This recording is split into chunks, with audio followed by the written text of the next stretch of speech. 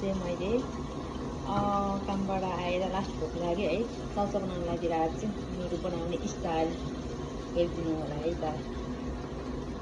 टक्क बन्दाकोपी काटेँ, साग काटेँ, सागलाई चाहिँ अलिक बसेर मन पर्थ्यो, अलिक भयो। अनि यसलाई चाहिँ योलाई उसिने, यो चना र यो चाउचाउलाई चाहिँ एकैचोटि उसिने, प्लस यसमा चाहिँ अन्डा पनि उसिनेको थिएँ मैले। अनि यसलाई चाहिँ अनि मासुलाई पनि मसिनो टुक्राहरू बनाएर चाहिँ यसलाई तार्दैछु, सुँगुरलाई पनि फ्राई गर्दैछु। गर्दैछु मेरो बनाउने स्टाइल है, सबैको आफ्नो हुन्छ बनाउने तरिका पनि।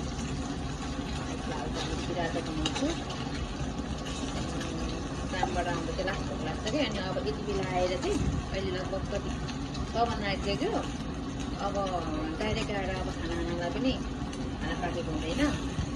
अनि आएर खाजा बनाएर खाँदा थाहा नै गर्छ। अनि फेरि एकछिन खाना पकाएर खाना खाँदा चाहिँ फेरि खाना चाहिँ रुच्दैन क्या,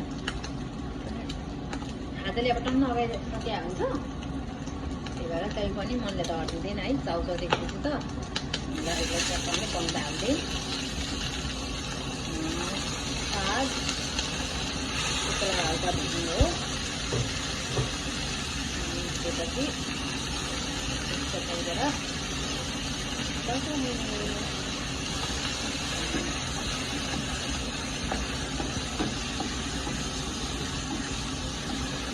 म नुन धुसा केही पनि हाल्दिनँ है, त्यसमा चाउचाउकै मरमसलाहरू हाल्छु।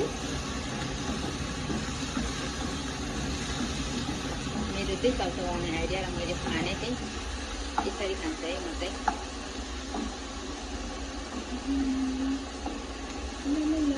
यस्तै त परदेशी जिन्दगी।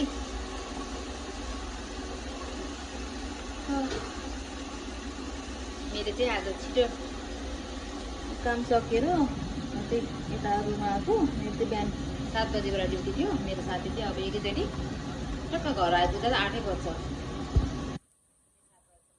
बिहानको 10 बजीबाट बेलुका 7 बजीसम्म हो।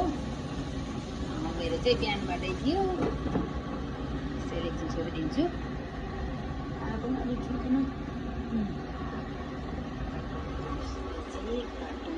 यो चाउचाउको यो के भन्छ, यो चाउचाउको चाहिँ यसलाई चाहिँ सस जस्तो कि सस के भन्छ होइन यसलाई। यो चाहिँ यसो है,